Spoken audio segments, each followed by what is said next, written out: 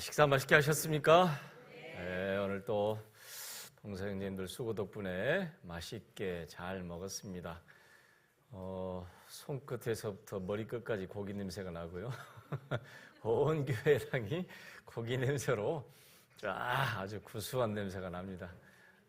다들 수고에 감사드리며, 자, 갈릴리 학교 또 5번째 시간 같이 기도로 시작하겠습니다.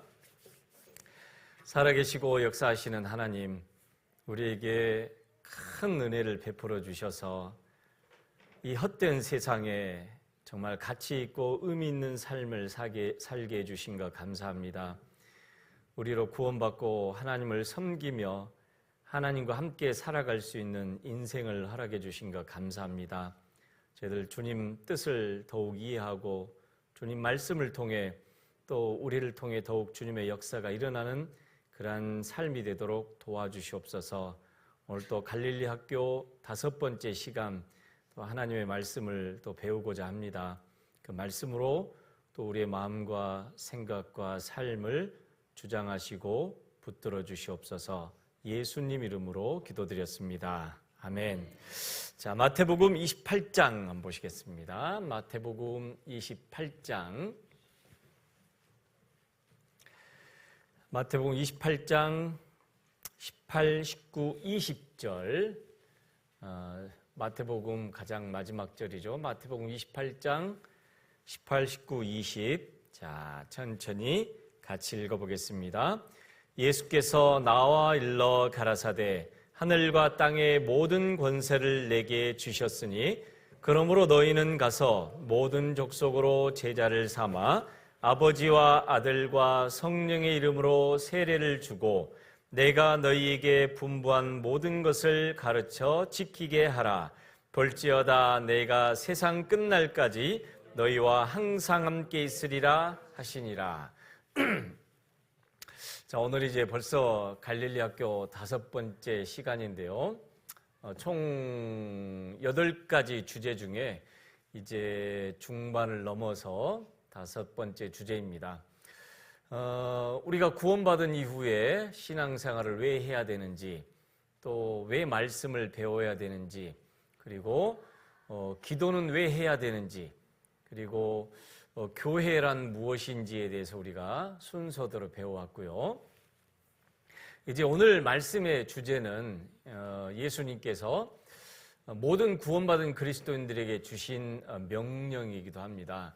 이웃에게 하나님의 말씀, 복음을 전해라 라고 모든 구원받은 그리스도인들에게 하나님은 명령하십니다. 그래서 오늘 5강의 주제는 이제 이웃을 주님 품으로 인도하기. 신앙생활하는 가운데 가장 어려운 주제이면서도 또 우리가 외면하고 무시하고 피해갈 수 없는 하나님의 지극히 엄한 명령이죠. 왜냐하면 우리가 복음을 전하냐 전하지 않느냐에 따라서 사망으로 심판으로 달려간 사람을 붙잡아서 천국으로 갈 수 있는 그런 기회를 줄 수도 있고, 사망으로 달려가는 것을 뻔히 보면서도 가만 내버려 두어서 이제 그대로 지옥 가게 만드는 정말 중요한 역할, 그리고 중요한 사명이 바로 구원받은 그리스도인들에게 맡겨져 있습니다. 그래서 잠언 24장 11절 여기 앞에 찾았습니다. 같이 읽어보겠습니다. 너는 사망으로 끌려가는 자를 건져주며 살육을 당하게 된 자를 구원하지 아니치 말라. 우리가 성경을 통해 이 세상이 전부가 아니고 죽음 이후에는 반드시 영원한 세상이 있고 또 영원한 심판이 기다리고 있다는 것을 하나님 우리에게 알려주셨습니다. 물론 살아가는 동안에는 죽음 이후에 대해서 별로 신경 안 쓰고 삽니다. 지금 먹고 사는 것도 바쁘고 정신없는데 굳이 죽는 이후까지 신경 쓰고 살아야 되느냐, 또 죽어서 천국 간들 죽어서 지옥 간들 그게 무슨 상관이 있느냐, 이 세상에서 멋지게 즐겁게 내가 하고 싶은 대로 살면 되지. 많은 사람들이 그렇게 생각을 하고 살아갑니다. 왜냐하면 하나님도 모르고 성경도 모르고 죽음 이후에 뭐가 있는지 모르기 때문에 그렇습니다. 자, 그래서 물론 믿고 안 믿고의 모든 선택은 각자가 하는 거죠. 하지만 이것을 우리가 분명히 알고 믿는 그리스도인들에게는 그 사람들이 듣든지 안 듣든지, 다른 말로 하면 받아들이든지 안 받아들이든지, 믿든지 안 믿든지 우리에게는 이것을 반드시 알려야만 하는 중요한 책임이 주어져 있습니다. 왜냐하면 우리가 전해서 그 사람이 구원받고 하나님께로 돌아오면 그 사람은 사망에서 생명으로 옮겨갈 거고, 우리가 전하지 않고 가만 내버려 두게 되면 그 사람들은 자동적으로 영원한 사망으로 끌려가기 때문에 그렇습니다. 자, 그래서 어떻게 하면 우리가 이웃을 주님 품으로 인도할까? 이제 읽어보게 되면, 전도는 영원한 멸망으로 끌려가는 불쌍한 영혼들에게 하나님의 말씀을 전해서 주님께 인도하여 영원한 생명을 얻게 하는 것, 그것이 바로 전도, 도를 전하는 것, 하나님의 말씀을 알려주는 거죠. 사람들은 자기가 멸망으로 끌려가는 줄도 모릅니다. 그러나 어느 날 갑자기 이제 죽음이 찾아오게 되죠. 사실 모두 다 죽을 건 알지만 내가 죽을 것에 대해서는 많은 사람들이, 대부분의 사람들이 생각지 않고 살아갑니다. 뭐 언젠가는 죽겠죠. 다 죽습니다. 하지만은 자신의 죽음에 대해서 심각하게 생각해 본 적도 없고, 정작 자기의 죽음이 가까이 왔을 때 많은 사람들이 당황하고 또 불안해하고 두려워하는 모습들을 보게 됩니다. 죽으면 어떻게 될까? 또 죽음에 대한 고통, 죽음 이후에 있게 될 것에 대한 어떤 막연한 두려움 때문에 사람들은 그것을 생각지 않으려고 합니다. 두렵거든요, 사실은. 그래서 어떻게든지 우리는 구원받은 그리스도인으로서 하나님의 말씀을 알려서 그들에게 하나님께로 돌아오게 하는 것이 우리가 살아가는 가장 중요한 목적이다라고 말씀하셔요. 자, 우리가 전하는 내용은 뭘까? 잘 알다시피 맨 처음에 살아계신 하나님을 알려주는 겁니다. 교회에 다니는 수많은 사람들도 하나님이 살아계실 거다, 계시겠지라고 믿어보려고 애를 쓰지만 하나님 살아계신 것에 대해서 반신반의하고 살아갑니다. 어떻게 생각하면 계신 것 같고, 어떻게 생각하면 아무 상관없는 것 같고. 그래서 자, 우리는 이제 맨 처음에 사람들에게 알려줘야 할 것이 바로 하나님이 살아계신다는 걸 알려줘야 되죠. 히브리서 11장 6절에 그런즉 하나님께로 나오는 자는 반드시 그가 계신 것과 자기를 찾는 자들에게 상 주시는 이심을 믿어야 할지니라. 하나님께 나오는 사람은 반드시 하나님이 계시다는 게 믿어져야 됩니다. 그런데 그냥 믿으러가면 믿을 수가 없고, 보이지 않는 하나님을 알 수가 없습니다. 그래서 성경을 통해서 하나님이 어떤 분인지, 무슨 일을 해오셨는지, 지금도 무슨 일을 하고 계시는지 우리가 성경을 통해 알려줘야만 됩니다. 물론 이제 우리가 충분한 지식이 있고 또 말씀을 전할 수 있을 만큼 충분히 성경에 대해서 알고 그렇다면 우리가 전할 수 있는데, 물론 성경만 안다고 해서 또 다 막 100% 막 전할 수는 없습니다. 이 사람이 받아들이는 정도가 어느 정도고, 이해하는 정도가 어느 정도고, 또 이 사람의 어떤 마음이 어디가 있는지를 잘 헤아려서 그 사람에게 적절하게 말씀을 전해주는 것도 이제 정말 중요한 것 중에 하나죠. 그래서 자, 이 사도행전 14장 15절 보이시나요? 자, 눈 크게 뜨시고 졸리기도 하지만 크게 한번 읽어보겠습니다. 가로되 여러분이여 어찌하여 이러한 일을 하느냐? 우리도 너희와 같은 성정을 가진 사람이라. 너희에게 복음을 전하는 것은 이 헛된 일을 버리고 천지와 바다와 그 가운데 만유를 지으시고 살아계신 하나님께로 돌아오라 함이라. 사실 이제 우상을 숭배하는 일, 헛된 일이죠. 있지도 않는 신을 만들어서 마치 그 신이 우리에게 복을 주고 건강을 주고 기쁨을 주는 것처럼 생각하고 살아가는데 참 헛된 일입니다. 뿐만 아니라 이 세상에 어떤 돈이나 명예나 직업이나 사회적인 지위나 또 세상의 어떤 즐거움이 내 인생의 진짜 목적이라고 생각하고 거기다가 목숨을 걸고 살아가는 것은 정말 헛된 일이다라고 말씀하십니다. 헛된 일이에요. 그런데도 사람들은 그것이 헛되다라고 생각지 않아요. 물론 인생을 살아가는데 필요한 일입니다. 돈도 필요하고 직업도 필요하고 가정도 필요하고 많은 일들이 필요하죠. 그러나 그게 우리 인생에 진짜 중요한 것은 아니죠. 자, 이런 헛된 일을 버리고 천지와 바다와 그 가운데 만유를 지으시고 살아계신 하나님께로 돌아오게 하는 것. 그러기 위해서는 먼저는 하나님이 살아계신다라는 것에 대해서 우리는 분명히 설명을 해줘야 되고, 두 번째, 우리의 죄인됨과 하나님의 심판을 알려줘야만 됩니다. 지금 내 운명이 하나님 앞에 서게 되면은 태어나서부터 죄인으로 태어나서 수많은 죄를 짓고 살다가 이제 하나님 앞에 서게 되었을 때 죄가 하나만 있어도 그 죄 때문에 지옥 갈 운명에 놓여 있다는 것, 그리고 영원한 하나님의 심판이 있다는 걸 알려야만 돼요. 물론 사람들이 이걸 별로 기분 좋게 생각하거나 아주 유쾌한 일로 받아들이지는 않을 거예요. 하지만 그럼에도 불구하고 현실입니다. 사실이에요. 우리가 몸이 안 좋아서 병원에 갔더니 의사가 CT를 찍어보고 MRI를 찍어봤더니 몸에 큰 암이 발견이 되었다. 그걸 보고 그 소식을 듣고 좋아할 사람, 반가워할 사람은 아무도 없을 겁니다. 뭔가가 이 암 때문에 굉장히 두렵고 떨리고 불안하고 답답하고 현실입니다. 그게 사실이에요.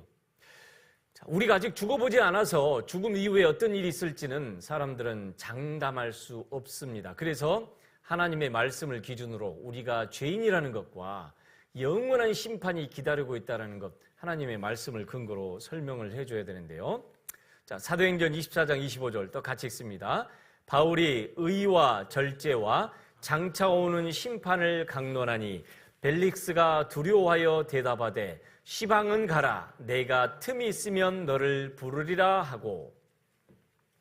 자, 우리가 이제 말씀을 전할 때 보면 하나님의 살아계심, 또 하나님의 역사 가운데서 어떻게 역사해 오셨고, 지금이 우리가 살아가는 2000년대가 하나님이 말씀하신 인류의 마지막 때 종말을 향해 달려가고 있다는 걸 우리는 경고합니다. 물론 이제 사실 이런 얘기를 들으면 마음에 두려움도 생기고 겁나죠. 뿐만 아니라 하나님 앞에서 영원한 지옥 심판이 있다는 걸 설명하게 되면 그걸 듣고 무감각하게 아예 안 믿으려고 작정하지 않는 한은 그걸 듣고 생각할 수 있는 사람이라면 당연히 두려울 수밖에 없도록 돼 있죠. 자, 그 두려움을 통해서 하나님이 얼마나 두려운지, 하나님의 심판이 얼마나 무서운지 알려야 되는 것이 우리 그리스도인들의 목적입니다. 그리고 그 가운데서 우리를 구원하시기 위해서 오신 예수님께서 우리를 대신해서 죄를 속죄하시고 다시 부활하셔서 우리를 의롭게 하셨다라는 내용이 성경의 가장 중요한 내용입니다. 사실 이런 내용들은요, 보통 이제 신학대학을 가게 되면 4년 동안 배우게 되는 내용인데, 저희 교회는 이제 일주일 동안 하루 2시간 배우게 되면 이런 내용을 배우게 돼요. 그러니까 신학대학을 4년 다녀도 잘 모르는 것들, 신학대학을 4년 다니고 하나님도 알고 성경도 알고 예수님도 믿는다고 하는데도 여전히 알지 못하는 것들을 저희 교회에서는 일주일 하루 2시간을 통해서 하나님의 살아계심, 그리고 우리의 죄인됨과 심판이 있다라는 것, 그리고 예수님께서 왜 오셨는지, 우리를 위해서 무슨 일을 하셨는지에 대해서 정확하게 설명을 해줍니다. 가장 중요한 일이죠. 그래서 그럼 또 전도의 대상은 성경에서는 모든 사람들에게 전하라라고 말씀하십니다. 디모데전서 2장 4절 같이 읽습니다. 하나님은 모든 사람이 구원을 받으며 진리를 아는 데 이르기를 원하시느니라.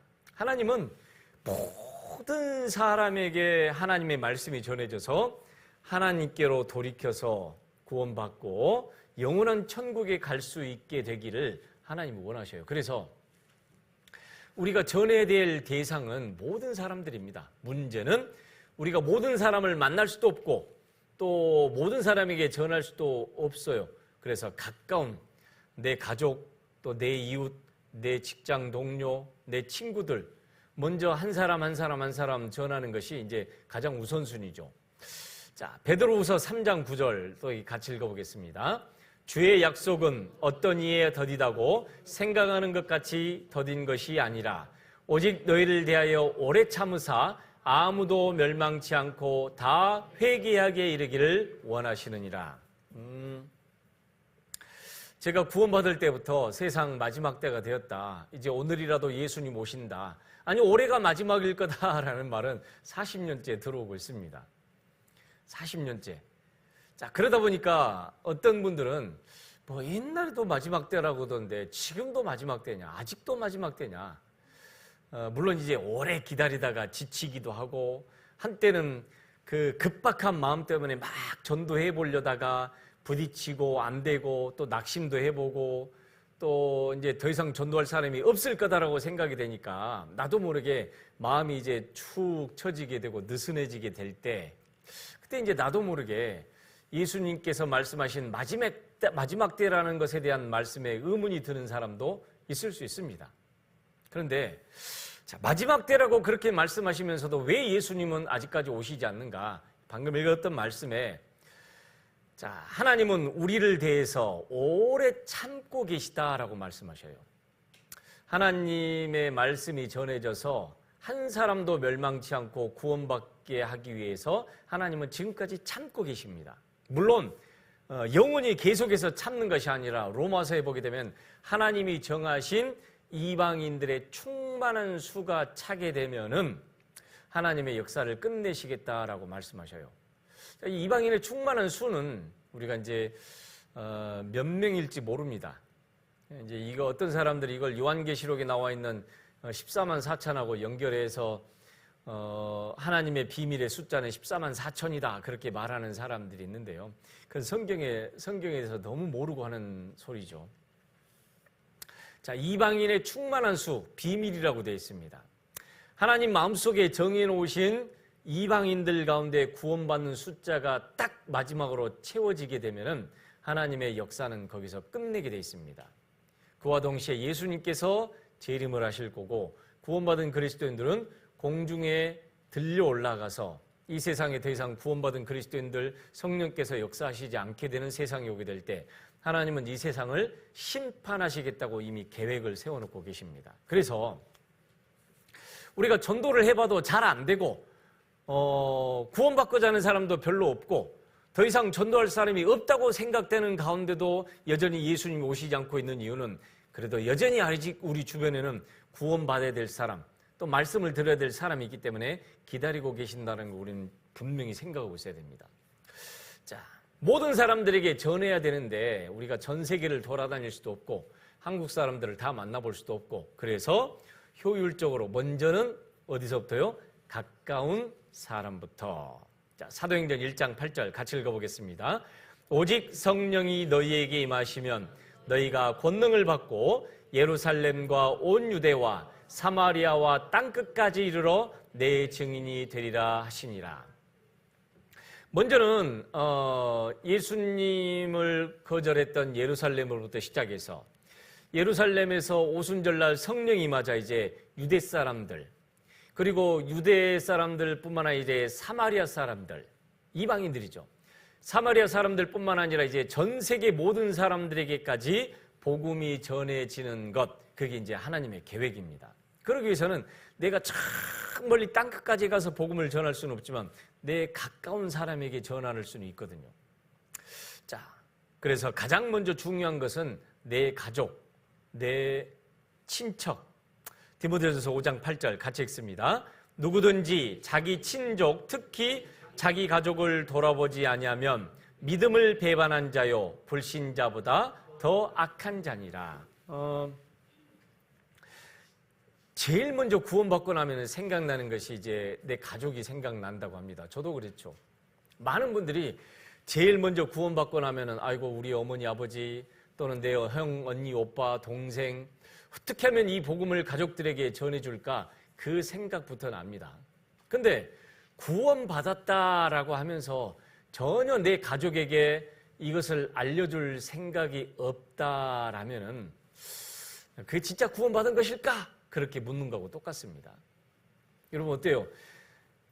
만약에 지난번에 우리가 이제 코로나 바이러스 때문에 전 세계 팬데믹 현상으로 인해서 많은 사람들이 죽고, 거기에 또 많은 사람들이 이제 미리 백신을 맞고 그 백신으로 인해서 이 바이러스에서 목숨을 구하고자 예를 썼었는데, 가장 중요한 이제 이 백신을 맞는 데 있어서 나만 맞는 것이 아니라 어떻게든지 나와 내 가족들에게 이 백신을 맞게 해서 바이러스로부터 안전하게 목숨과 여러 가지 건강을 지키고자 하는 마음이 생기는 건 당연히 정상이잖아요. 맞죠? 이런 것에 대해서는 지극히 정상적으로 생각하면서 앞으로 다가올 예수님의 재림과 심판과 영원한 지옥에 대한 하나님의 계획을 듣고 알고 믿는다고 하면서 내 가족에게 대해서 아무런 말씀을 전할 생각을 하지 않는다면 이 사람은 어떤 사람이냐? 믿음을 배반한 자요, 불신자보다 더 악한 자다라고 말씀하십니다. 불신자들이야 어차피 안 믿으니까, 어차피 이걸 받아들이지 않으니까 뭐 남들에게 알릴 일이 없겠죠. 그런데 내가 그걸 믿는다고 하면서, 하나님의 말씀과 계획을 믿는다고 하면서 전혀 내 가족들에게 이걸 알릴 생각을 안 한다면 그 사람은 믿음을 배반한 자요, 불신자보다 더 악한 자다라고 말씀하십니다. 우리가 이제 적어도 그런 사람은 되지 말아야죠. 자, 사도행전 16장 31절 같이 읽습니다. 가로되 주 예수를 믿으라, 그리하면 너와 내 집이 구원을 얻으리라 하고. 제일 먼저는 나부터 시작되죠. 내가 먼저 예수님을 믿고 구원받아야만 나로 말미암아 우리 집이 구원받는 하나님의 역사가 시작이 됩니다. 저도 맨 처음에 구원받고 나서요, 이 말씀대로 내가 구원받았으니까 이제 우리 집이 구원받겠지 하고 있었는데 저절로 될까요, 안 될까요? 이 말씀대로 내가 구원받았으니까 이제 우리 집도 구원받을 거야, 가만히 있으면 절대로 구원받지 않습니다. 다른 사람에게 이 하나님의 말씀이 전해지기 위해서는 먼저 구원받은 사람이 있어야 되고, 구원받은 사람의 수고와 희생과 노력과 또 전하고자 하는 그 간절함으로 말미암아 이것은 전해지도록 돼 있어요. 가만히 있는다 해서 때가 되면 되겠지. 물론 때가 필요합니다. 그러나 아무 말도 하지 않고 말씀 들어보라고 말하지도 않고 가만히 있는다 해서 그 사람이 갑자기 내 삶을 보고 저 사람 보고 교회 따라가야지, 그럴 사람은 거의 없습니다. 결국은 수고스럽지만 또 때로는 다툼도 일어나고 또 때로는 눈치도 보이고 또 때로는 싫어하는 그런 모습도 얼굴을 내가 마주할 수 있을지 몰라도 그럼에도 불구하고 우리는 하나님의 말씀을 알려야만 됩니다. 자, 그래서 전도해야 할 이유 잘 아시죠? 왜? 하나님이 이걸 가장 기뻐하시기 때문에. 가장 기뻐하셔요. 지옥 갈 영혼이, 죽을 영혼을 살리는 것, 그것보다도 더 중요하고 하나님이 기뻐하시는 일은 없습니다. 자, 누가복음 15장 7절 같이 읽습니다. 내가 너희에게 이르노니 이와 같이 죄인 하나가 회개하면 하늘에서는 회개할 것 없는 의인 99을 인하여 기뻐하는 것보다 더하리라. 하나님이 제일 기뻐하시는 것, 가장 좋아하시는 것이 뭘까? 바로 한 죄인 하나가 회개해서 하나님께로 돌아오는 것. 이것은 이 세상에서 그 무엇보다도 가장 하나님이 기뻐하시는 것이다라고 말씀하셔요. 여기 이제 회개할 것 없는 의인 99. 이게는 이제 어떤 사람은 하늘의 천사들이라고도 하고 또 구원받은 그리스도인들이라고도 이렇게 말씀합니다. 물론 뭐가 어떤 표현이 정확한지는 이제 의견들이 분분해요. 하지만 물론 구원받은 그리스도인들을 하나님이 기뻐하시지만 구원받은 그리스도인들이 신앙생활을 잘하고 하나님의 말씀에 순종하는 것도 기뻐하셔요. 그러나 그것보다도 더 기뻐하시는 것이 뭐예요? 지옥 갈 사람이 구원받는 것을 더 기뻐하신다는 말씀입니다. 그렇다고 해서 구원받은 그리스도인들이 하나님 말씀대로 순종하고 하나님 말씀대로 변화되는 삶을 기뻐하지 않는다는 것이 아니라 그것도 기뻐하시지만 지옥 갈 사람이 구원받아서 천국 갈 사람으로 하나님의 자녀가 되는 것을 가장 기뻐하십니다. 또 두 번째, 예수님께서 이 땅에 오신 목적, 전도하러 오셨죠. 자, 마가복음 1장 38절 39절 같이 읽습니다. 이르시되 우리가 다른 가까운 마을들로 가자. 거기서도 전도하리니 내가 이를 위하여 왔노라 하시고 이에 온 갈릴리에 다니시며 저희 여러 회당에서 전도하시고 또 귀신들을 내어 쫓으시더라. 예수님께서 오신 목적이 뭐냐? 우리를 구원하시려고. 구원하시기 전에 온 이스라엘을 3년 반 동안 돌아다니면서 수많은 병자들 고치시고 귀신도 쫓아내셨지만 그 모든 이적을 행하신 이유는 결국은 하나님의 나라가 가까웠다. 회개해라. 하나님의 나라가 가까웠다. 회개해라. 영원한 천국이 있음을 계속해서 예수님은 말씀하셨죠. 그런데 사람들은 그런 예수님의 어떤 진심을 알아듣지 못하고 이해하지 못한 채 여전히 육신적인 문제, 예수님을 따라다니면은 병도 낫고 부자도 되고 건강해지고 또 우리나라도 강해지고 그런 순전 육신적인 문제에 몰두해 있었기 때문에 예수님께서 말씀하시는 그 의미를 전혀 이해할 수가 없었습니다. 물론 제자들도 그랬죠. 자, 예수님께서 내가 전도하러 왔노라 라고 말씀하십니다. 그리고 이제 이 세상을 구원하신 목적을 구원받은 그리스도인들에게 이제 넘겨주셨어요. 명령이다. 자, 디도서 2장 14절 같이 읽어보겠습니다. 그가 우리를 대신하여 자신을 주심은 모든 불법에서 우리를 구속하시고 우리를 깨끗하게 하사 선한 일에 열심하는 친백성이 되게 하려 하심이니라. 자, 예수님이 이 세상에 오신 목적도 우리를 구원하시려고 오신 거고, 자, 구원받은 그리스도인들을 이 세상에 두신 목적은 뭘까? 저는 이제 맨 처음에 신앙생활할 때 이제 하나님 말씀대로 죄 안 짓고 죄에서 구별되고 하나님 말씀에 순종해야 될 말씀들이 얼마나 많아요. 막 이제 됐다 안 됐다 그러고 어떨 때는 말씀대로 사는 것 같다가도 어떨 때는 안 되기도 하고, 그러니까 마음이 막 복잡하고 막 이런 때에 어떤 형제님은 심각하게 고민을 하더라고요. 내가 왜 살아야 될까? 죄도 하나도 못 이기고, 죄도 못 이기고 나도 내 삶을 내가 하나님 말씀대로 이렇게 끌고 가지도 못하는데 아이고 내가 살아서 뭐하나, 실제로 그렇게 고민했던 형제님이 있어요. 그게 언제니? 군대 생활에서 그렇게 고민하다가 이 형제님이 탈영을 해버렸어요. 지금 모 목사님이에요. 모 목사님. 이분이 이제 어렸을 때 구원받고 열심히 신앙생활 하다가 이제 사회생활 할 때는 사실 학생 때 전도하고 신앙생활 할 때는 뭐 별 제약은 없습니다.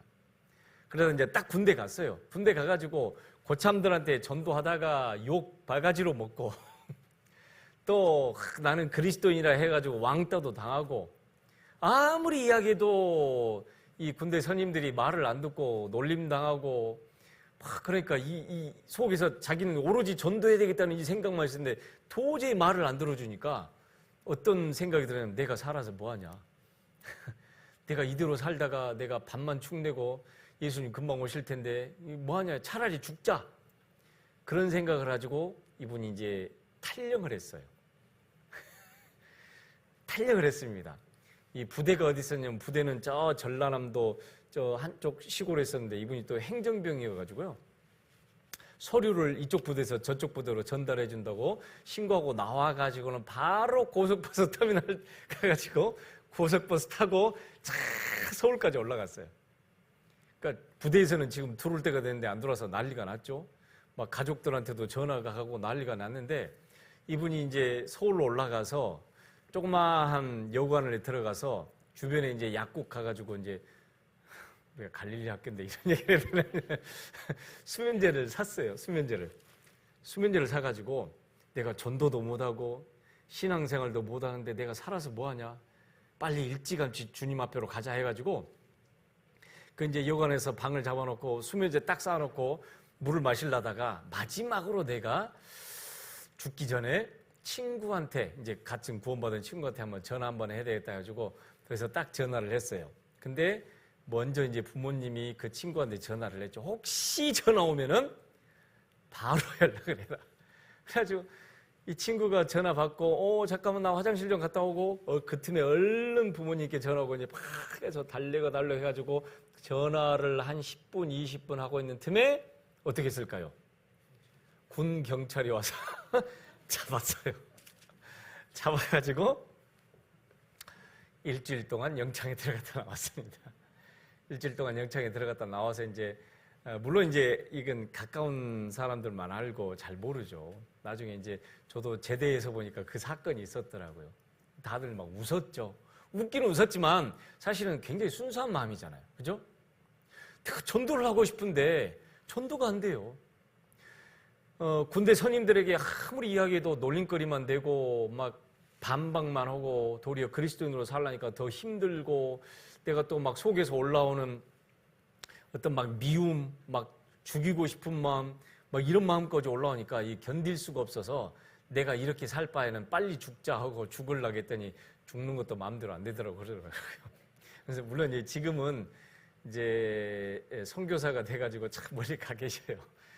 가끔 이제 그 얘기하고 하면서 웃기는 하는데, 근데 마음은 참 순수한 마음이에요. 왜냐하면 우리가 살아가는 가장 중요한 목적이 우리에게 맡기신 선한 일, 그죠? 선한 일. 여러분, 사람이 살아가는 데 있어서 가장 선한 일은 뭘까요? 다른 사람의 생명을 건져주는 거예요. 그거보다 더 선한 일은 없습니다.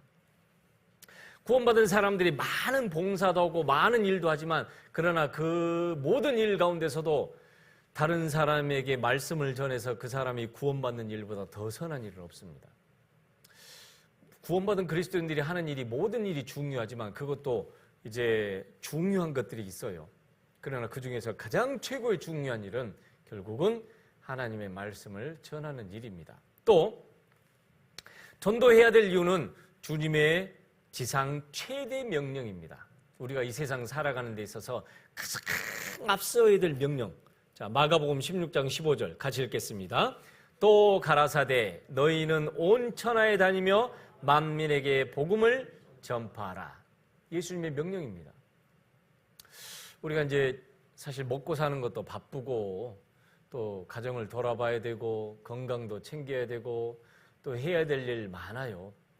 그러나 그럼에도 불구하고 우리가 가장 중요하게 생각해야 될 일들은 복음을 전하는 일입니다. 어떻게든지 알려야 돼요. 자, 데살로니가전서 2장 4절 같이 읽습니다. 오직 하나님의 옳게 여기심을 입어 복음 전할 부탁을 받았으니 우리가 이와 같이 말함은 사람을 기쁘게 하려 함이 아니요 오직 우리 마음을 감찰하시는 하나님을 기쁘시게 하려 함이라. 하나님께서 우리에게 복음 전해달라고 부탁을 했어요. 명령이기도 하지만 부탁이기도 해요. 제발 전해라.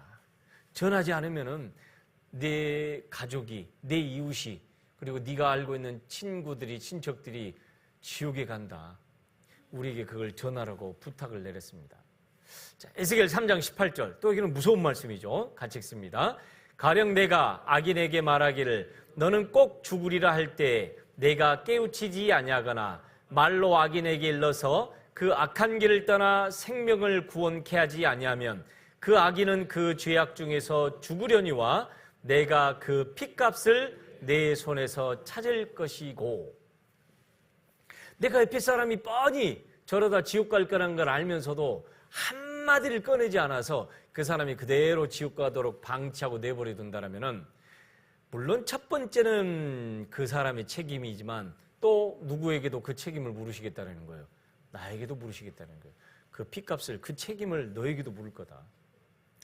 옆에 두고 있는데도 왜 전도하지 않았냐 물으실 거예요. 제가 예전에 광주교회 신앙생활할 때요, 이제 광주교회는 보통 막 5,000명, 6,000명이 넘으니까 사실 숫자가 너무 많아놓으니까 누가 왔는지 안 왔는지도 잘 모릅니다. 너무 많아서요. 주일날 이렇게 교제 참석, 교회 말씀 들어도 또 전도 집회를 해도 누가 왔는지 안 왔는지 잘 모릅니다. 가끔 그런 일이 생겨요. 어떤 한 형제자매가 직장 동료나 잘 아는 지인을 이제 부탁을 해서 전도 집회 딱 모시고 왔는데 교회에서 또 아는 사람을 만납니다. 친척을 만나요. 그래서 너 누구지? 너 왜 이 교회 다녀? 그러니까 이 교회 다녀요. 그러면 이제 그 다음 하는 말이 뭘까요? 왜 나한테 전도 안 했어? 왜 너는 나한테 가자고 안 했냐? 사실 그런 상황들이 항상 꼭 나와요. 분명히 내 친척이었는데 또 내가 알고 있는 사람이었는데, 물론 이제 여기는 이제 사실 굉장히 복잡합니다. 그렇다고 해서 무작정 아무것도 가리지 말고 무작정 무작정 돌격 앞으로 해서 말씀 들어봅시다. 우리 교회 와서 꼭 구원받아야 돼요. 한다고 해서 또 모든 사람들 듣는 건 아니죠. 예전에는 구원받고 나서 무작정 처음 만나는 사람 그냥 어떤 사람 전문 표현을 들이댄다고 합니다. 돌격 앞으로. 저도 이제 제가 고등학교 때 구원받고 이제 대학교 올라가 가지고요. 저는 이제 그때 당시 이제 구원받은 형제들이 이제 교회에 이제 전도인도 없었고 또 말씀 전해주시거나 상담해 줄 만한 분들이 없어서 이제 구원받은 형제들이 이제 이원 목사님 전도 집회 테이블 틀면서 같이 공부하고 같이 또 이렇게 이야기 되겠구나 서로 연구하고 또 전도 집회 자료에 나오는 신문 스크랩을 다 카피해 가지고 파일로 만들어 가지고 옆에 들고 다녔습니다. 학교 다닐 때마다 학교 갈 때마다 그래가지고 딱 수업 끝나고 나서 이제 점심 시간이라든지 또는 이제 수업이 없는 그런 빈 강의 시간에 그 파일 하나 들고 학교를 한 바퀴 삥 돌아요. 학교를 한 바퀴 삥 돌면은 누가 이제 벤치에 혼자 앉아 있는 사람이 있거든요. 쑥 한 바퀴 돌고 이 사람 전도해 볼까 하다가 이제 보면은 물론 지금 옛날에도 그런 사람들이 있었어요. 길 가다 보면은 그런 사람들 쫓아와가지고 뭐라고 묻는 사람 있죠. 혹시 도를 아십니까? 도를 아십니까? 묻는 사람이 있어요. 이제 물론 이제 우리는 그렇게 말하지 않지만 쭉 가다가 혹시 누가 이제 벤치에 앉아 있으면 혹시 교회 다니세요?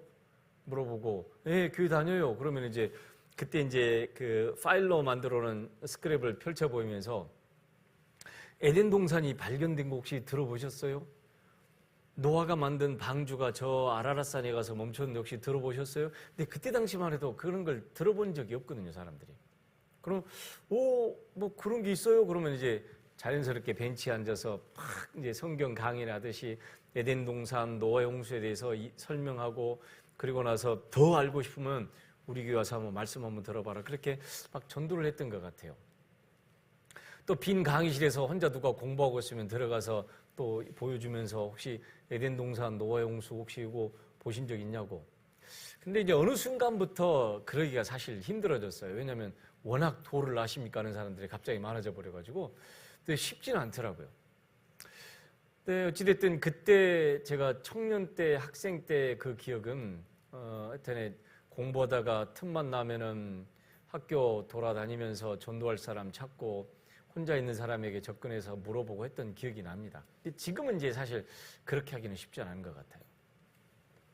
그만큼 복음을 전하라라고 하는 것은 주님이 우리에게 주신 명령이고 부탁입니다. 물론 우리 구원받은 먼저 믿음의 선배들이 또 그 길을 갔죠. 자, 사도행전 5장 42절 같이 읽겠습니다. 저희가 날마다 성전에 있든지 집에 있든지 예수는 그리스도라 가르치기와 전도하기를 쉬지 아니하니라.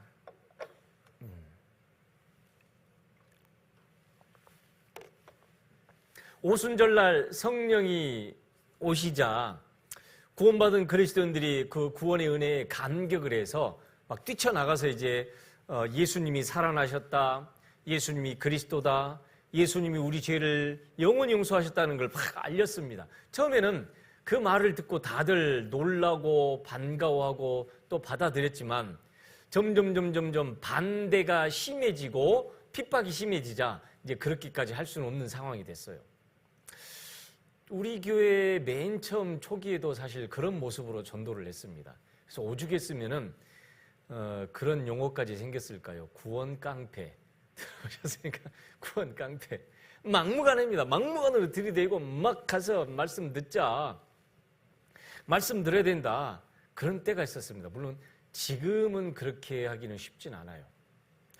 이 복음을 전하는 방법이 시대에 따라 상황에 따라 또는 사람에 따라서 달라질 수밖에 없는 것 같아요.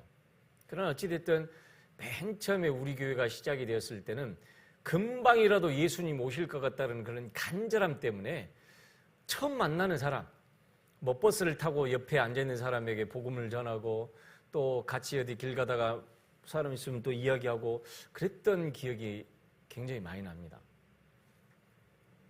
자, 어찌됐든 이 전도해야 될 이유는 하나님이 우리에게 주신 명령이고 부탁입니다. 또 다섯 번째, 구원의 방법이 오직 전도 외에는 없습니다.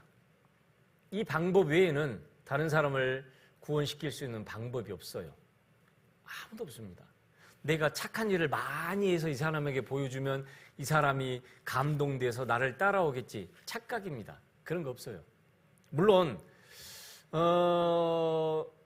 내가 변화된 모습을 보고 궁금증도 갖고 또 물어볼 수도 있겠지만 그걸 가지고 교회를 오고 그 모습을 보고 나도 저 사람을 따라서 교회에 가야 되겠다라고 생각한 사람은 요즘에서는 보기 힘듭니다. 드뭅니다. 근데 적어도 90년대 중반까지만 하더라도 직장 동료가 또는 가족이 또는 같은 친구가 변화되는 모습을 보면서 야, 쟤가 왜 저럴까? 쟤가 왜 갑자기 교회를 가더니 저런 모습으로 변했을까? 그런 모습을 보고 호기심에 많은 사람들이 궁금해서 교회를 오고 구원받는 그런 간증들을 들어본 적이 있었어요. 근데 지금은 그렇지는 않은 것 같아요. 맞죠? 어떠세요? 자, 그런 어떤 방법이든 우리는 전해야만 됩니다. 우리가 이제 성경 강연의 시간이 오기 전에 이제 교회 앞에다 큰 플랜카드를 걸잖아요. 지금도 그 광주교회에서 이제 찬양대에서 어떤 형제님이 지금도 그 신앙생활하고 있는데요. 저하고 이제 동갑이에요. 그분이 이제 광주에서 살던 교회 근처에서 아파트에서 살다가 마침 버스를 타고 교회 옆을 지나가는데 교회 그 옥상에서부터 밑에까지 성경 강연에 큰 플랜카드가 걸어져 있는 걸 보고 문득 지나가다 저 교회에서 성경 강연한다고? 그러면 저 교회 가게 되면 성경 배우겠네? 버스를 타고 가다가 그걸 보고 그 다음 정거장에서 정류장에서 버스 정류장에 내려가지고 교회를 찾아왔어요. 찾아와가지고 성경 강연한다는데 이거 언제부터예요? 네, 바로 그날부터 시작했거든요. 그래가지고 구원받고 지금까지 신앙생활하고 있습니다. 그러니까 이 플랜카드 하나 보고 그 사람 구원받은 거예요. 그러니까 분명히 영원한 것에 대해서 또는 하나님에 대해서 관심 있는 사람이 있습니다. 숨겨져 있고 누가 그런지 잘 몰라요. 그래서 우리가 찾아야 돼요. 뭐죠? 예. 갑자기 꺼졌네요. 자, 그래서 어찌됐든 우리는 어떤 방법으로든 다양한 방법으로 성경 강연회가 있다는 것, 또 영원한 것, 죽음 이후에 어떤 일이 있다는 걸 다양한 방법으로 알려야만 됩니다. 알리지 않으면 스스로 그것을 알 수 있는 사람이 아무도 없어요. 자, 고린도전서 1장 21절 같이 읽습니다. 하나님의 지혜에 있어서는 이 세상이 자기 지혜로 하나님을 알지 못하는 거로 하나님께서 전도에 미련한 것으로 믿는 자들을 구원하시기를 기뻐하셨도다. 아마 여러분 다 각자 그러실 거예요. 여러분들을 전도했던 형제 자매님들이 만약에 한두 번 이야기하다가 내가 싫은 표정하고 또 짜증내고 그런다고 해서 만약에 포기해버렸다면 어떻게 됐을까요? 여러분 구원받을 수 있을까요? 구원 못 받습니다. 물론 저를 전도했던 친구가 하도 귀찮게 하고 짜증나게 하고 그래서 힘들었지만 잊어버리지 않고 약 2달 후에 저한테 전화를 해서 하도 설득을 하길래 마지못해 하루만 참석해 주려다가 지금까지 와버렸어요. 참 생각해 보면은 저도 참 기가 막힙니다. 만약에 그 친구들이 제가 조금 싫은 표정하고 아예 안 한다고 해서 포기를 해버렸다면은 제가 구원받을 수 있었을까? 이런 생각을 해봅니다. 자, 내가 구원받을 수 있는 방법은 먼저 구원받은 형제자매들이 나한테 전해줘야 돼요. 그 방법 외에는 다른 방법이 없습니다. 자, 그래서 우리 주변에도 많은 교회들이 있어요. 뭐 장로교, 침례교, 성결교, 감리교, 어떤 사람들은 그런 교파를 이야기하기도 합니다. 교파가 중요한 게 아니에요. 나에게 하나님의 말씀을 전해주는 사람이 정말로 말씀대로 구원받은 사람이냐, 그리고 그 교회가 진짜로 구원받은 교회냐, 그 말씀을 통해서 내 영혼이 구원받느냐, 그게 중요한 것이지 사람들이 많이 다닌다고 해서 좋은 교회, 또 사람들이 인정해 준다고 해서 좋은 교회가 아니에요. 진짜로 하나님이 살아계신 것을 알려주고 또 하나님의 말씀대로 내 운명에서부터 건져줄 복음을 정확하게 전해주는 곳, 사실 그곳이 진정한 교회죠. 근데 보게 되면은 이제 주변에 교회 다니는 사람들이 뭐 한 번쯤은 우리 교회 가보자, 우리 교회 가보자, 여기 좋다, 그런 얘기를 들어보신 적 있을 텐데, 그런 얘기는 얼마든지 할 수 있습니다. 우리 교회 가보자, 우리 교회 좋다. 근데 가봐도 하나님이 살아계시고 내가 죄인이고 심판받는다는 것과 예수님이 죽으시고 부활하셔서 내 죄를 영원히 용서하셨다는 이 진리를 정확하게 전달해 주지 못하면은 그냥 다른 사람들처럼 종교인밖에 되지 않습니다. 자, 그래서 이 세상 수많은 사람들 가운데 내가 어쩌다가 기가 막히게 구원받은 사람을 만나서, 그죠? 어쩌다가 기가 막히게 구원받은 사람을 만나서 이 교회에 와서 말씀을 듣고 구원받았다는 건 여러분 기적이에요, 기적. 그렇다고 생각지 않으세요? 옆 사람 봐보세요. 어디 버스 타고 가면은 뭐 호감 가게 생겼습니까? 저 사람 구원받은 사람이라고 내가 저 사람한테 가서 배워야지, 그럴 마음이 생겨요? 안 생겨요. 몰라봅니다. 옆에 있어도 몰라보죠. 말을 안 하면은. 근데 정말 기가 막히게 내 옆에 구원받은 사람이, 그 사람이 정말 나에게 용기를 내서 이야기하고 내가 여기까지 오게 되는 건 정말 기적입니다. 기적. 생각해 볼수록 기적이에요. 전 세계 80억이 넘는 인구 중에 이런 말씀을 내가 듣고 배울 수 있는 사람이 내 옆에 있었다는 건 기적입니다. 그리고 이제는 그 일을 나에게 하라고 하셔요. 저 멀리까지 안 가도 네 옆에 있는 사람에게 전해라. 자, 그래서 전도하는 사람은 어떤 자세로 해야 될 것인가? 첫 번째가 뭐예요? 간절함입니다. 간절함. 정말 이걸 어떻게 하면 알려줄까? 어떻게든지 전해줘야 될 텐데. 이 간절함이 없으면은요, 뭐 알려주고 싶은 마음도 없고, 피곤하고 바쁜데, 아이고 그걸 또 그냥 알려. 나도 지금 먹고 사는데 바쁜데, 사실 그 영혼을 바라보고 저 사람이 저대로 죽으면 지옥 갈 텐데 어떻게 될까? 평상시에는 이게 잘 몰라요. 그런데 만약에 한번 생각해 보세요. 여러분의 가족이, 부모님이나 또는 여러분의 형제 자매가 갑자기 어떤 큰 병에 걸려서 이제 병원에서 이제 시한부 선고가 났다고 생각을 해보십시오. 앞으로 많이 살아야 한 달입니다. 많이 살아야 6개월입니다. 라는 그런 선고를 들었을 때 사실 이제 절망이죠. 그 사람의 직업이 더 이상 무슨 의미가 있겠으며, 그 사람이 세상에서 어떤 위치에 있고 어떤 학벌이 있고 어떤 돈이 있고 그게 무슨 의미가 있겠습니까? 아무 의미가 없어요. 그 어떤 말로도 위로가 안 됩니다. 그런데 그리스도인들만이 전해줄 수 있는 것이 있습니다. 복음을 전해서 영원한 것을 준비하고 죽음이 끝이 아니라 죽음 이후에 영원한 천국이 있다는 걸 알려준 것이 진짜 위로죠. 그러지 않겠어요, 여러분? 어떻게 생각하세요? 이 죽는 것은 인력으로 어떻게 못합니다. 아무리 의술이 발달되고 과학기술이 발달되어서 생명을 조금 연장시켜주고 도움이 될 줄은 몰라도 결국은 언젠가는 죽음이 옵니다. 막 다투려야 돼요. 어쩔 수 없어요. 그런데 그 속에서 진짜 위로가 되는 건 우리를 구원하신 그리스도의 은혜밖에 없습니다.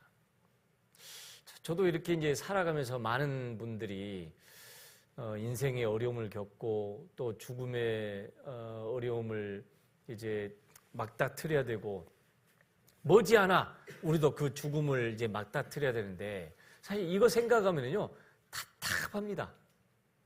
그런 생각 없던가요? 답답해요. 무섭기도 해요. 나한테 죽음이 올 때 어떤 모습으로 올까? 그냥 자다가 훅 이렇게 죽을까? 아니면은 심한 병이 걸려서 막 고생하다가 수술하고 치료받다가 죽을까? 이거 생각하면 참 정말 답답하고 두렵고 고통스럽거든요. 그러나 분명한 것은 언젠가는 죽음이 찾아옵니다. 자, 그때 이 죽음 앞에 섰을 때 내가 구원받았다라는 이것보다도 죽음 이후에 영원한 천국에 간다는 이것보다도 더 큰 위로는 아무것도 없어요. 내 부모나 내 형제가 나 대신 죽어줄 수도 없고, 그죠? 내가 수억의 재산을 갖고 있어도 이 죽음을 피하게 만들어줄 수도 없고 아무것도 없습니다. 자, 그래서 정말로 이 복음을 전한다는 것은 저 영혼이 죽느냐 사느냐의 문제라는 걸 인식하고 간절한 마음으로 전해야만 된다고 말씀하셔요. 자, 여기 시편 118편 17절 같이 읽겠습니다. 내가 죽지 않고 살아서 여호와의 행사를 선포하리로다. 하루 더 사는 이유가 마지못해 죽지 못해 사는 것이 아니라 내가 해야 될 일이 있기 때문에 이렇게 하나님이 우리에게 생명을 하루하루 연장해 주시는 겁니다. 예레미야 20장 9절 또 같이 읽습니다. 내가 다시는 여호와를 선포하지 아니하며 그 이름으로 말하지 아니하리라 하면 나의 중심이 불붙는 것 같아서 골수에 사무치니 답답하여 견딜 수 없나이다. 여러분, 전도 안 하겠다고 작정을 해보세요. 물론 구원받은 사람들 중에 그런 분은 없을 거예요. 전도가 안 돼서 답답하고 어떻게 말을 꺼내야 될지 답답하고 말을 해도 먹히지 않으니까 답답하고 우리의 진심을 몰라줘서 답답해서 그렇지 내가 다시는 이걸 내가 알리지 않겠다, 내가 입도 뻥끗하지 않겠다라고 살아가는 사람은 없을 겁니다. 그 사람은 글쎄요, 그 믿음이 정말 정상일까? 그러진 않을 거예요.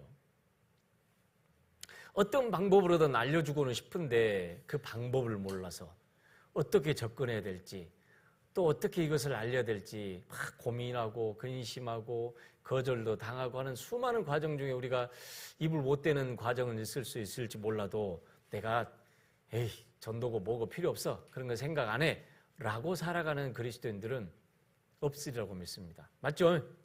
맞아요.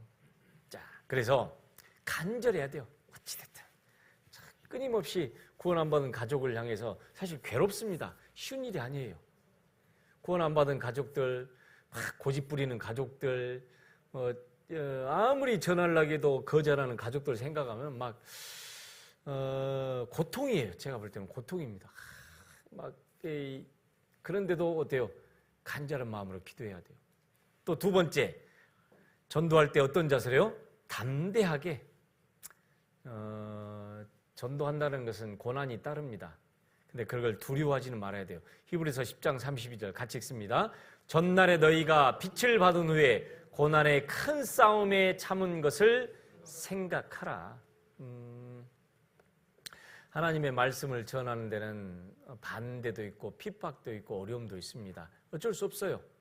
우리 주님이 그러셨고 우리 믿음의 선배들이 겪었던 것처럼 내가 그리스도의 말씀을 전하고 그리스도를 전하고자 하면 지극히 정상적으로 반대도 부딪히고 거절도 당하고 또 많은 오해도 받습니다. 그러나 그것에 대해서 상처를 받으면 또 안 돼요.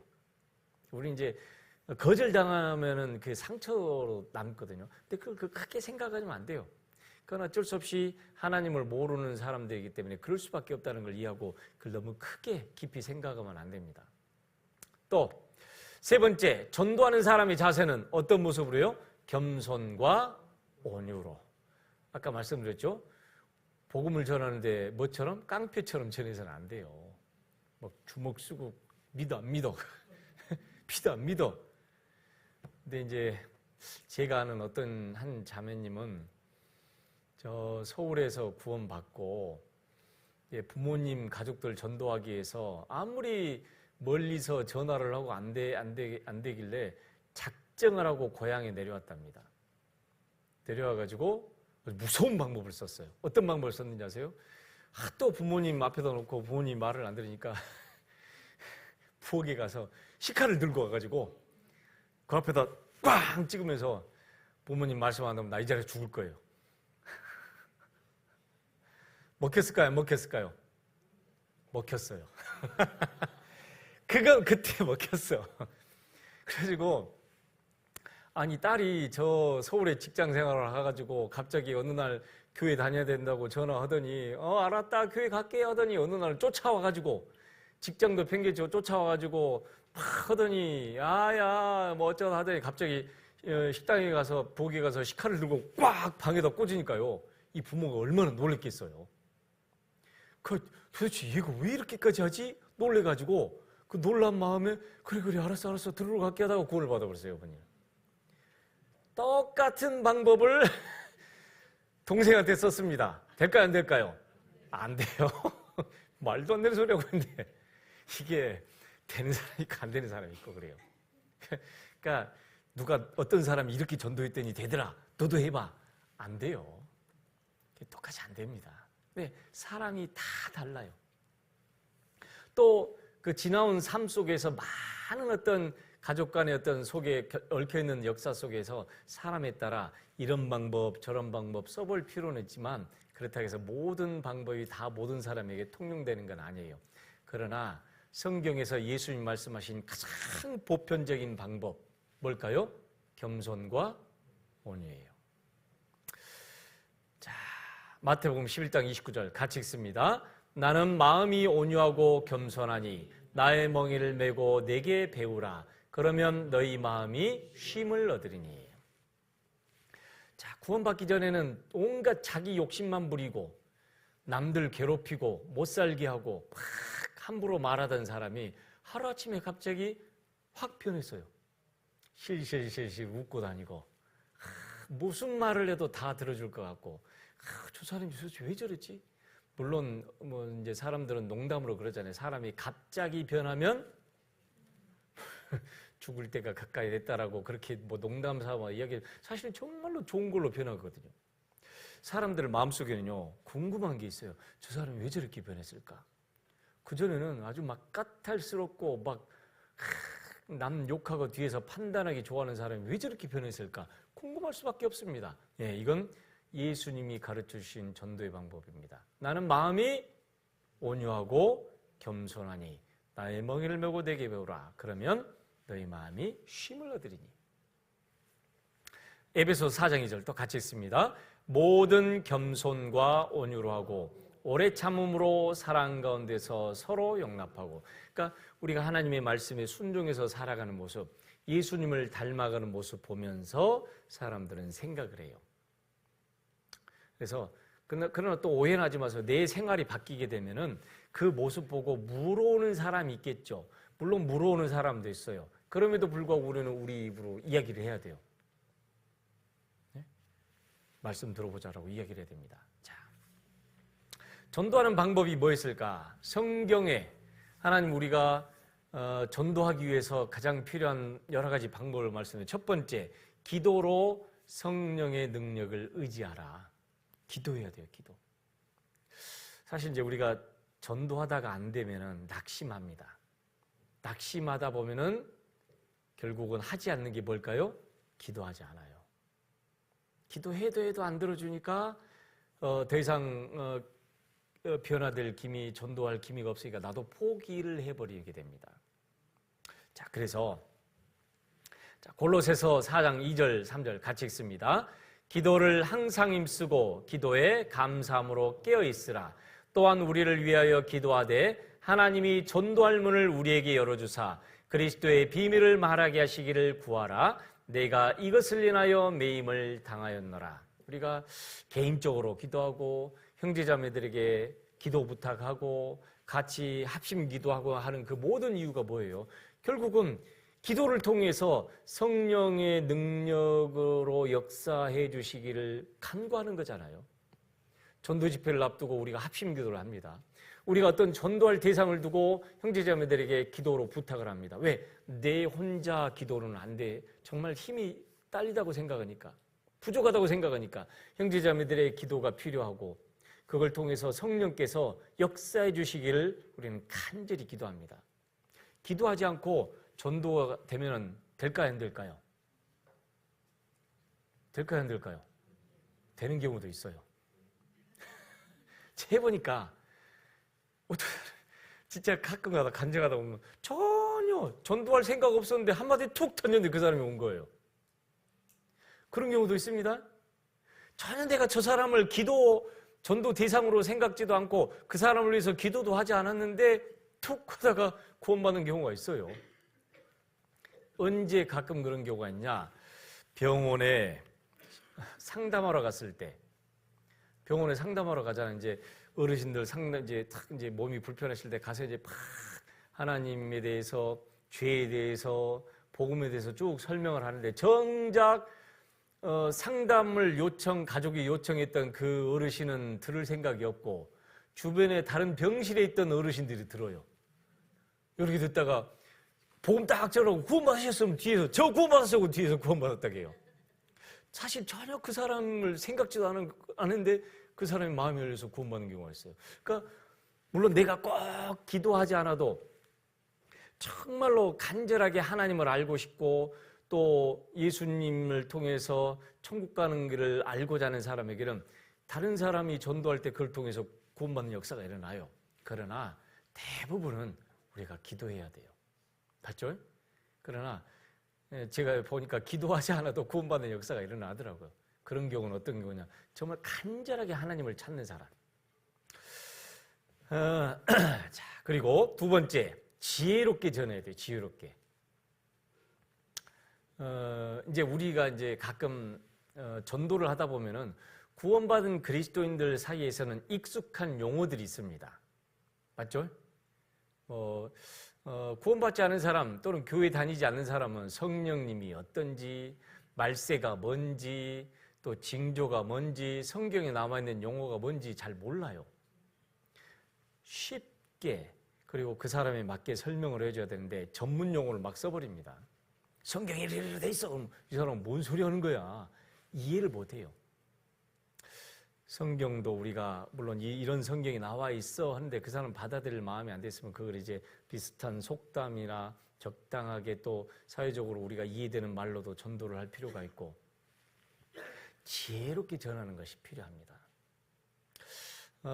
때로는 어떤 사람에게는 미리 이야기하는 것보다는 차분히 나중에 구원받고 나서 알아도 될 말씀들이 있고 그걸 우리가 이제 판단을 잘해야만 돼요. 그렇지 않고 그냥 아직 뭐랄까요, 성경이 사실인지 하나님이 있는지 없는지도 모르는 사람에게 앞으로 있을 7년 환란이나 또 천국에서 또 그런 말을 해도 사실 잘 이해를 못합니다. 자, 말씀을 지혜롭게 전할 것. 그 다음에 세 번째, 어디를 통해서요? 교회를 통해서. 혼자서는 사실 절대로 안 됩니다. 혼자서는 전도해 보려고 해도 잘 안 돼요. 자, 사도행전 2장 46절 47절 같이 읽습니다. 날마다 마음을 같이하여 성전에 모이기를 힘쓰고 집에서 떡을 떼며 기쁨과 순전한 마음으로 음식을 먹고 하나님을 찬미하며 또 온 백성에게 칭송을 받으니 주께서 구원받는 사람을 날마다 더하게 하시니라. 어떤 분은 이제 이런 생각을 하신 분도 계셔요. 구원받고 내 가족들을 전도하고 싶은데 전도가 잘 안 되거든요. 이제 그러다 보면 이제 가족 전도 같은 경우는 이제 장기전으로 이렇게 장기적으로 꾸준히 인내하면서 기다리면서 생각에 이런 시간이 필요한데 그걸 이제 견디지 못합니다. 그래서 아니 내가 지금 내 가족도 전도 못 하고 있는데 다른 사람 전도하는데 내가 같이 할 필요가 있어? 어떻다고 생각하세요? 교회에서는 다른 형제자매들이 막 전도해서 누가 전도한 사람이 구원받았다 하는데 나는 아무도 전도 못하고 나는 뭐야? 나는 아무것도 못하고 아무것도 안 하는데 사실 그렇지 않아요. 그렇지 않습니다. 다른 형제자매들이 전도할 때 그 사람을 위해서 같이 기도하고 성령이 역사하시는 그 능력을 의지하고 또 그 기도의 힘으로 나도 또 전도를 하고 근데 또 그렇게 전도했던 사람이 또 다른 사람을 전도하고 또 다른 사람을 전도해서 나중에 어떻게 해요? 내가 전도하고자 원했던 사람에게 또 전도하는 케이스도 종종 있어요. 안 겪어보셨어요? 그런 일 안 보셨습니까? 사실 그런 일도 있어요. 결국은 어떤 분은 또 그런 분도 있어요. 나는 내 부모님도 아직 전도를 못했으니까 다른 사람 전도는 나는 신경도 안 쓸랍니다. 내 부모가 먼저지 내 가족이 먼저지 다른 사람 내가 어떻게 먼저 전도해요. 그것도 잘못된 생각입니다. 하나님은 어떻게 어느 시간에 역사하실 줄 몰라요. 그렇기 때문에 우리는 내게 주어진 여건에 따라서 내가 전도할 기회가 되면 실현지 전도하고 또 내가 전도할 상태가 안 되면 다른 사람 전도하는데 같이 힘을 보태고 거기에 마음을 모으고 할 때 하나님께서도 내게 필요한 때 필요한 방법으로 하나님이 전도의 문을 열어주셔요. 믿어야 돼요. 그래서 혼자서는 절대로 전도가 되지 않습니다. 그래서 요한복음 15장 5절에 또 같이 읽습니다. 나는 포도나무요 너희는 가지니 저가 내 안에 내가 저 안에 있으면 이 사람은 과실을 많이 맺나니 나를 떠나서는 너희가 아무것도 할 수 없음이라. 가족들 전도하고 싶으세요? 그러면 제일 먼저 해야 될 게 뭐냐면 끝까지 교제 가운데 붙어 있어야 돼요. 이해되시죠? 한때는 잘하다가 어느 순간 아이고 이제 교회 가기 지겹다. 아이 교회 가도 맨 그 소리가 그 소리고 또 부모님 가족들 전도도 안 되고 아이고 이제는 뭐 그냥 에이 이제 교회 그만 가야지 하고 딱 발걸음 끊는 순간 어떨까요? 그나마 우리 가족들에게 전도할 수 있는 기회가 내가 교제 가운데 있음으로 말미암아 그 기회가 오는데 그것까지 끊어져 버리는 거예요. 그래서 내가 내 가족들을 전도하고 싶으면은 먼저는 가족들을 위해 기도하고 전하기도 해야 되지만 내가 해야 될 가장 중요한 일 중에 하나는 뭐예요? 교회 가운데, 교제 가운데 붙어 있어야 돼요. 그래야만 거기서부터 하나님의 능력이 공급받고 하나님의 말씀으로 내가 성장이 되면서 전할 수 있는 기회가 반드시 옵니다. 이거 놓치면은요 아무것도 못합니다. 그래서 지난 시간은 우리가 이제 교회와 교제에 대해서 배웠는데요. 우리가 구원받고 나서 잘한 일도 있고 못한 일도 있고 실수한 일도 있고 잘못한 일도 많아요. 그러나 그 중에 제일 잘한 일은 뭘까요? 뭐라고 생각하십니까? 오늘까지 내가 교제에 붙어 있는 거예요. 옆 사람 봐보세요. 잘하셨습니다. 잘하셨어요. 네, 잘하셨습니다. 진짜로. 신앙이 더디게 잘하는 것처럼 보일 수도 있고 좀처럼 저 사람의 신앙이 성장하는 것 같지도 않고 큰일을 못하는 것 같고 이런 것 같아도 그래도 끝까지 교제 가운데 있다 보면은 결국은 정말로 구원받았다라면은 그 사람의 마음과 생각이 변화되고 그 사람을 통해서 역사하십니다. 그래서 내가 해야 될 가장 중요한 첫 번째 일은 끝까지 교제 가운데 있어야 돼요. 그래야만 하나님 나를 통해서 역사할 수 있는 기회가 주어져요. 그러나 교제에 떨어져 버리면 그 기회마저 사라져 버리는 겁니다. 자, 또 네 번째, 전도하는 데는 반드시 희생이 따라요. 내 시간이든 물질이든 또 내 힘이든 거기에는 희생이 따릅니다. 희생하지 않고 내가 전도하려고 하는 것은 그냥 공짜로 먹으려고 하는 거고 똑같아요. 자, 여기 요한복음 12장 24절 같이 읽습니다. 내가 진실로 진실로 너희에게 이르노니 한 알의 밀이 땅에 떨어져 죽지 아니하면 한 알 그대로 있고 죽으면 많은 열매를 맺느니라.